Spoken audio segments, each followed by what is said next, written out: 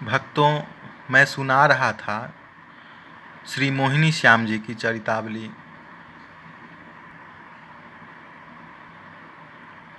जब राधा बाबा श्री कृष्ण चंद्र अग्रवाल जी को ब्रज के मुख्य स्थलों का दर्शन करने के लिए भेज रहे थे, जय दयाल जी के कार से, तब श्री राधा बाबा जी ने कहा कि जब बरसाना पहुंचना तो वहाँ मोहिनी श्याम जी एक गृहस्थ संत हैं, उनके यहाँ से एक रोटी जरूर ले आना, उनका दर्शन जरूर करना, उनका दर्शन करके और उनसे एक रोटी जरूर ले आना।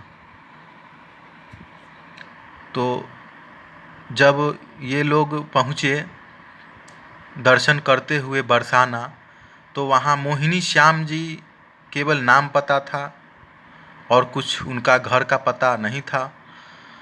तब यह लोग खोजने लगे। इनके साथ वृंदावन के एक संत थे, मनोहर दास जी और श्री बालकृष्ण दास जी और श्री घनश्याम दास जी और ये श्री कृष्ण चंद्र अग्रवाल जी। तब बरसाना में हर एक जगह पे पूछते पूछते थक गए कि मोहिनी श्याम जी का घर कहाँ है। तो लोग बोलते मोहिनी श्याम जी का तो यहाँ तो कोई इस नाम का नहीं रहता है। पूछते पूछते एक जगह एक आदमी ने कहा, एक तो है मोहिनी श्याम, लेकिन वह सीढ़ी पागल है। सीढ़ी वृंदावन में पागलों को कहा जाता है, तो वे तो पूरे पागल हैं। अजीब सा कपड़ा पहनते हैं, अजीब से ढंग से बर्ताव पेश आते हैं, वो तो पागल हैं, पूरे पागल हैं।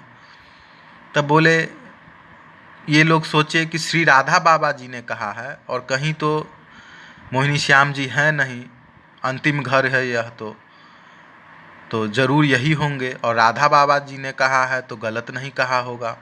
तो अब आए हैं, इतना मेहनत किए हैं तो दर्शन ज़रूर करेंगे। तो ये लोग गए।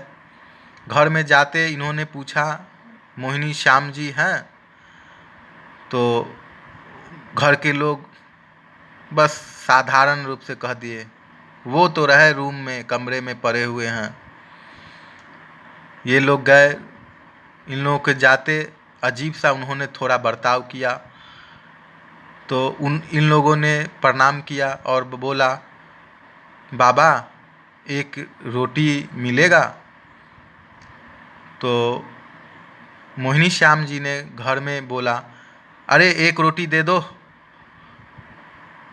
तो इन लोगों ने प्रणाम करके एक रोटी लेकर वापस मथुरा आ गए, जहाँ श्री राधा बाबा बिरला मंदिर का जो बिरला धर्मशाला था वहाँ पर ठहरे हुए थे, श्री राधा बाबा और श्री हनुमान प्रसाद पोद्दार जी। तो जब सभी लोग पहुँचे मथुरा श्री राधा बाबा जी के पास, तो वह एक रोटी को श्री राधा बाबा जी के हाथों में दे दिया। तो राधा बाबा यह रोटी उन संत से मंगवाए, इसके पीछे भी एक कहानी है। जब राधा बाबा गिरिराज परिक्रमा करके श्री हनुमान प्रसाद पोद्दार जी के साथ आए, तो बहुत ही थके हुए थे। दूसरे दिन सुबह उठने में देरी हो गई। रोज़ 4 बजे उठते थे, उस दिन 7 बजे उठे। 7 बजे जैसे ही श्री राधा बाबा उठते हैं, तो जैसे ही गेट खोलते हैं, दरवाजे पर एक संत खड़े थे, तुरंत अंदर घुस गए और अंदर से कुंडी लगाकर प्रणाम करने लगे। बोले, राधा बाबा, मुझे अर्धरात्रि में राधा रानी ने दर्शन दिया सपने में और कहा कि मेरे एक निज जन अभी बिरला धर्मशाला में रह रहे हैं, जाओ दर्शन कर लो। तो राधा बाबा की आंखें प्रेम से डबडबा गई। उन्होंने यह सुनकर बहुत खुशी जताया उन्होंने। उन्हें खुशी हुई कि भगवान को तो सभी अपना कहते हैं, मानते हैं, जानते हैं, लेकिन भगवान अगर किसी को अपना माने, अपना निज जन कहें, यह बहुत बड़ी बात है। जब भगवान किसी को अपना निज जन मान लेते हैं तो उसे फिर कोई दुख परेशानी नहीं रह जाती, उसे कोई बाल बांका नहीं इस त्रिभुवन में कर सकता है। तब राधा बाबा ने कहा, श्री हनुमान प्रसाद पोद्दार जी भी हैं, उनका भी दर्शन कर लीजिए। तो वह दिव्य और सिद्ध संत थे। उन्होंने कहा, नहीं, मुझे राधा रानी ने आप ही का दर्शन करने के लिए कहा है, मैंने आपका दर्शन कर लिया, अब मैं जाता हूँ। और वह जाते जाते उन्होंने ही कहा था कि एक बरसाना में मोहिनी श्याम नाम के गृहस्थ सिद्ध परम भक्त हैं, उनके यहाँ आप जा सकें राधा बाबा तो ज़रूर जाना, नहीं तो किसी को भेजकर उनके यहाँ से एक रोटी ज़रूर मंगवा लेना। तब यह जानकर श्री राधा बाबा जी ने इन लोगों को भेजा था। जब वह दिव्य संत राधा बाबा से मिलकर जाने लगे, तब राधा बाबा बिरला मंदिर के छत पर दौड़ कर गए कि यह संत आए किधर से थे, क्योंकि पूछने पर इन्होंने नाम नहीं बताया था। उन्होंने कहा, मैं वृंदावन में ही रहता हूँ और भिक्षा मांगकर भोजन कर लेता हूँ। इसलिए राधा बाबा दौड़कर बिरला मंदिर के छत पर गए और देखे कि वह संत मथुरा से वृंदावन की ओर दिशा की ओर हाथ ऊपर दोनों किए हुए और राधा जी के ध्यान में दौड़ते हुए, भागते हुए, जाते हुए दिखलाई दिए। यह राधा बाबा ने देखा। तब उन्होंने वहाँ से रोटी मंगवाई थी। जब श्री कृष्णचंद्र अग्रवाल जी ने रोटी श्री राधा बाबा जी के हाथ में दिया तो राधा बाबा ने उस रोटी को सभी में बांट दिया। थोड़े श्री घनश्याम दास जी को दिया, थोड़े श्री अग्रवाल जी को दिया जो श्री कृष्णचंद्र अग्रवाल जी थे, और सभी ने थोड़ा थोड़ा पाया।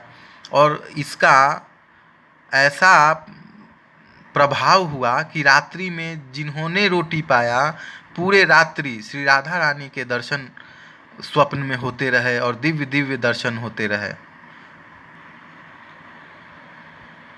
तब घनश्याम दास जी को लगा कि यह रोटी में, जब मोहिनी श्याम जी बाबा जो हैं गृहस्थ संत हैं, इतने बड़े हैं, इनके रोटी में जब इतना प्रभाव है तो उनके पास फिर से जाना चाहिए। तो घनश्याम दास जी फिर गए और उन्हें देखते ही मोहिनी श्याम जी फिर अजीब सा बर्ताव करने लगे, जैसे कुछ जानते ही ना हो। फिर इन्होंने कहा, बाबा मैं जान गया हूँ, अब तो ऐसे नहीं करो, अपना रूप दिखा दो कृपा करके। तब बाबा एकदम ठीक हो गए, क्योंकि जब पहले दिन यह आए थे तो गर्मी के दिनों में रजाई ओढ़कर खाट पर सोए हुए थे और जूता पहनकर, और उनके रूम में पूरे एक्टर एक्ट्रेस की फोटो सब थी, तस्वीरें थी और नेताओं की फ़ोटो थी। कोई यह नहीं कह सकता था कि यह सिद्ध उच्च कोटि के भक्त हैं। तब घनश्याम दास जी ने कहा, बाबा मुझे अपना असली रूप दिखा दो। तब कहा, ठीक है, लेकिन किसी से बताना मत।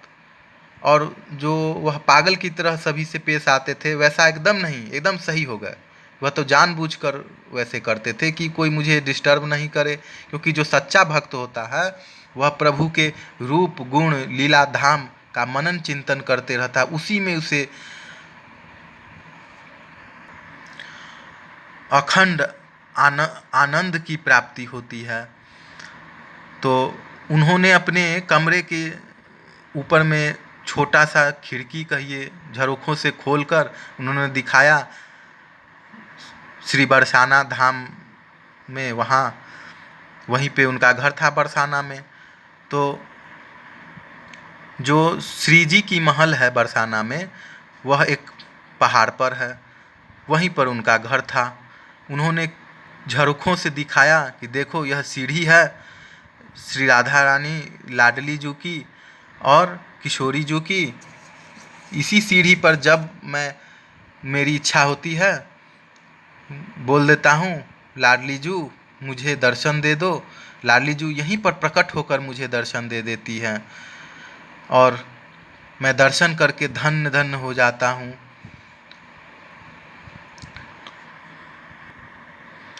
वहाँ पर श्री राधा कृष्ण जी का दर्शन करके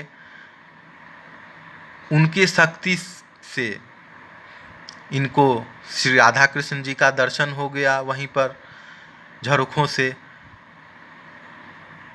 यह बाबा के पैर पकड़ लिए और बहुत ही कृपा मानकर बाबा की प्रणाम करते हुए दंडवत अपने घर को आए। और बाबा बोल रहे थे कि जब भी मेरी इच्छा होती है झरोखों से मैं देख लेता हूँ और बोलता हूँ लाडली जू मुझे दर्शन दे दीजिए और मुझे वह दर्शन दे देती हैं। तो उन्होंने ऐसा कहा। यह बात 1956 ईस्वी की है, जब गीता प्रेस गोरखपुर से तीर्थ यात्रा ट्रेन पूरे भारत भ्रमण पर निकली थी। तो भक्तों, जो सच्चे भक्त होते हैं उनकी चरितावली सुनने से, पढ़ने से, मनन चिंतन करने से उतना ही पुण्य फल प्रदान होता किया भगवान के द्वारा दिया जाता है जितना भगवान का कथा सुनने से। तो मनुष्य जीवन केवल धन अर्जन करने में, फालतू की बातों में नहीं बितानी चाहिए। कुछ समय अवश्य देना चाहिए प्रभु के भक्ति, मनन, चिंतन, ध्यान में। तो इसी के साथ यह चरितावली पूर्ण हुआ। श्री राधे राधे, जय श्री राधे।